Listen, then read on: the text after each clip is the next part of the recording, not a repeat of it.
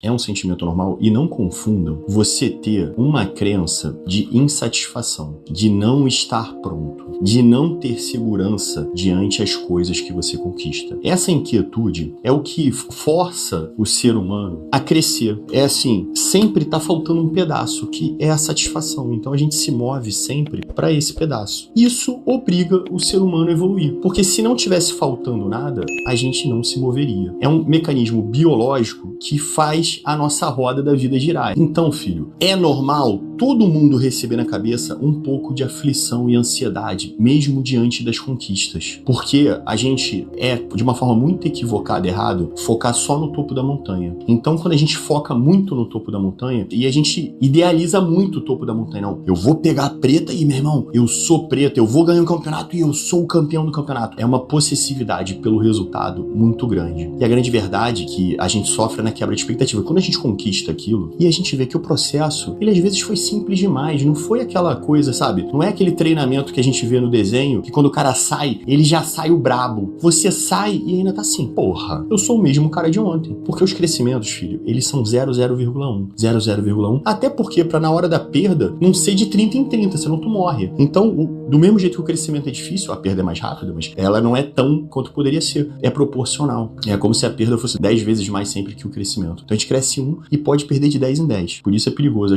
os erros. Mas quando a gente só foca nessa possessividade, tipo, dragão guerreiro, quem viu lá o Kung Fu Panda? Ah, o dragão guerreiro vai receber o pergaminho, quando o cara abre o pergaminho é um espelho. Você é o dragão guerreiro. Ué, qual é o grande superpoder do dragão guerreiro? Não, camarada, é conquistar isso que te torna um dragão guerreiro. A gente não entende que é o processo que forma a gente. Então a gente acaba querendo fazer o processo de forma imediatista. Por quê? Porque também, filho, existe toda uma covardia, uma selva. Ninguém quer demonstrar suas fraquezas. Pouca gente chega aqui e fala pra vocês assim, porra, eu passo por essas aflições. O cara fala isso pra te tomar algo, infelizmente, normalmente. Tem gente que chega e fala pra te acrescentar. É o que eu tento fazer, né? Eu não tento digno de pena, essas porra me irrita. Então, assim, quando eu tento trazer uma fraqueza minha, eu tento mostrar assim, cara, irmão, tá doendo também em mim. Hoje aqui, cara, tô voltando a treinar, tô cheio de dor, cara. Tô tentando usar paliativo, tô passando gelol todo dia, cabelo anti-inflamatório, tô com o rosto vermelho, tomei corticoide pra poder. Agora tô usando um tensor, tô tentando me adaptar, tá ruim pra caramba. Tá sendo difícil essa volta. Mas eu já sei que é assim. Então, vamos ali, né, insistindo de golinho em golinho. Hoje eu já consegui treinar um pouco melhor, mesmo com dor. E aí, já recuperei mais rápido do que ontem. E aí vai de gole em gole. Todo o processo é difícil. E eu trago as fraquezas aqui quando eu tenho algo a ensinar. Quando eu não tenho, eu prefiro não trazer. Mas as pessoas, no geral, vendem uma vitrine de perfeição, de lifestyle. Pô, cara, quem nunca viu uma porrada de gente vendendo curso que não existe na internet? Só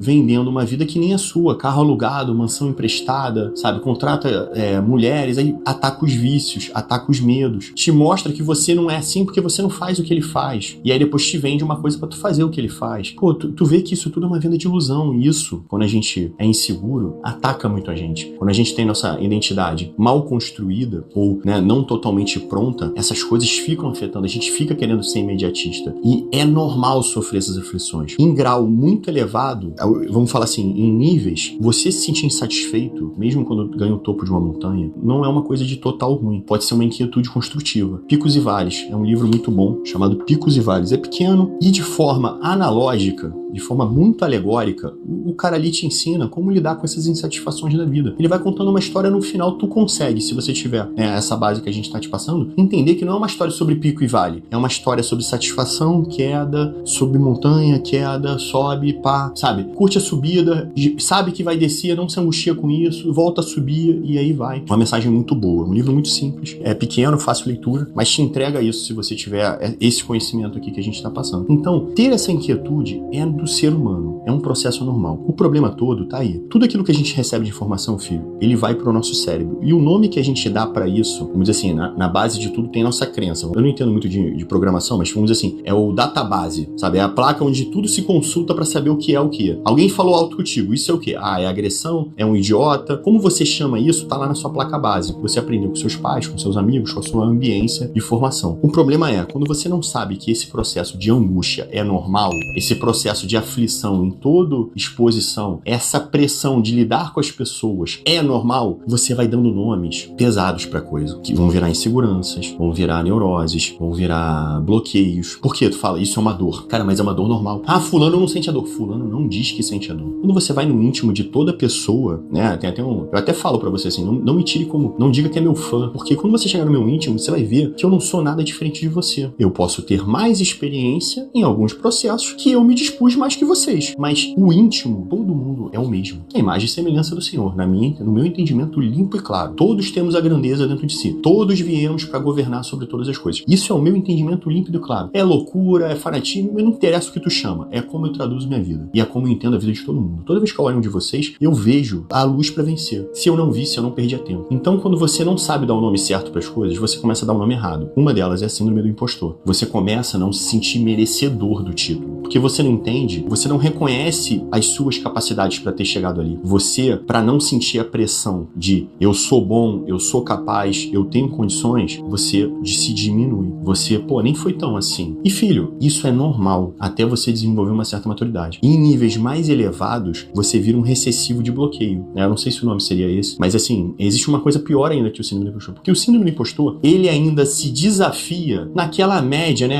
Aqui tem um gráfico de resultado. Naquela média de 1 a 3, que ele tem um talento, uma habilidade já pré-estabelecida que pra ele é fácil. O moleque estudou num pica de uma escola, sobreviveu ao mesmo puto. Em vez dele ir pro potencial que todo mundo ali pode ir, sei lá, carreiras de nível A, empreendedores e tal, ele vai naquela meia boca ali que ele vai fácil, ele não consegue. Ou às vezes, quando ele tá alinhado, né, Aquário em Júpiter, sei lá, quando ele tá com bons amigos, bom ambiente, um bom incentivo, sem pressão, ele consegue às vezes exercer um grande potencial, né? Por isso que às vezes a função de líder, um pastor, um terapeuta, um psicólogo, o que eu faço aqui, ele pode potencializar esse garoto, porque ele cria de uma certa forma, ele força de uma certa forma, que é o que eu brigo muito nos grupos de comunidade de membros que a gente tem, a gente cria de uma certa forma um impulsionador, um ambiente positivo que facilita. Meu irmão, ambiente positivo, tem esporro? Tem pra caramba. Ontem eu dei esporro numa membro, eu gosto muito dela, mas ela é muito incisiva, eu já falei essa porra com ela. Cara, eu gosto muito, mas não é porque eu gosto que eu não vou bater em cima. É do jogo. Mas eu tento manter ali um ambiente para que as pessoas que tenham dificuldade possam crescer. Eu não tô aqui pra julgar. Eu não tô aqui pra bater porque é diferente de mim. Eu vou lá, dou um conselho, mas também chamo junto. Meu irmão, aí já tá de muito choro. Segura tua onda. Isso aí não acrescenta em nada. Esse assunto tá desviando o foco. Tem também suas regras. O grupo não é a porra da casa da mãe Joana. Mas, né, eu tento ali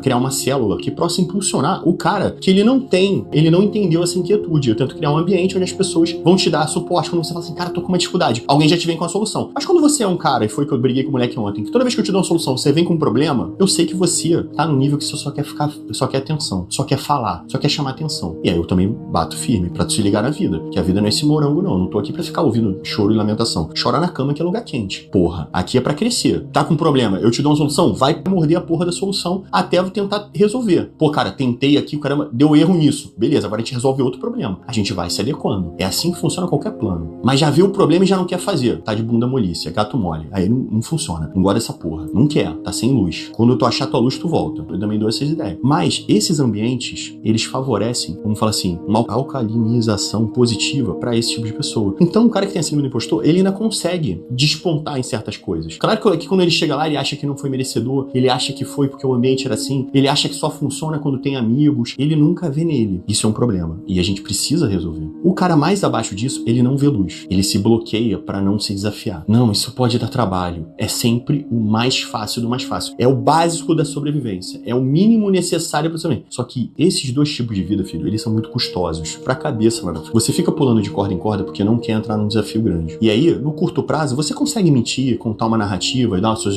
justificativas e não parece se sentir um medroso. Não parece sentir um cara que não banca pressão. Não parece ser uma criança imatura. Mas quando a gente estica o gráfico no macro, né? Tipo aquela coisa de trader. Tu joga ali naquela pontuação de gráfico de 30 minutos, gráfico de um dia, gráfico de não sei quantos minutos. Tudo parece um absurdo. Uma subida, uma descida. Tu consegue se enganar nas narrativas. Mas quando você estica o gráfico para 10 anos, 20 anos, tem um padrão. Todo mundo tem um padrão. E aí você vê o padrão que só cresce, o padrão que fica sempre dando essa desculpa e se mantém naquela curva para não passar do nível desafio. E aí a tua cabeça não é idiota. Mas ninguém quer ser o vilão da própria história. E aí começa, é porque eu tenho essa síndrome. É por isso que eu digo, horizonte de consciência, cara, você desenvolver seu autogoverno, sua autogestão, o seu melhor entendimento sobre as coisas, te livra de tantos problemas futuros de neurose na cabeça que deveria ser uma matéria obrigatória nas escolas. Tipo assim, filho, se você não desenvolver coragem, abnegação, paciência, que são inteligências emocionais, vamos dizer assim, de uma forma técnica, tirando a parte filosófica, você vai, em um dado momento, sofrer angústias por frustrações, por vaidade, por orgulho, porque se você não tem essas coisas, você vai ter ao outro lado da moeda, o egocentrismo, o egoísmo, e aí tua vida começa a ficar uma merda.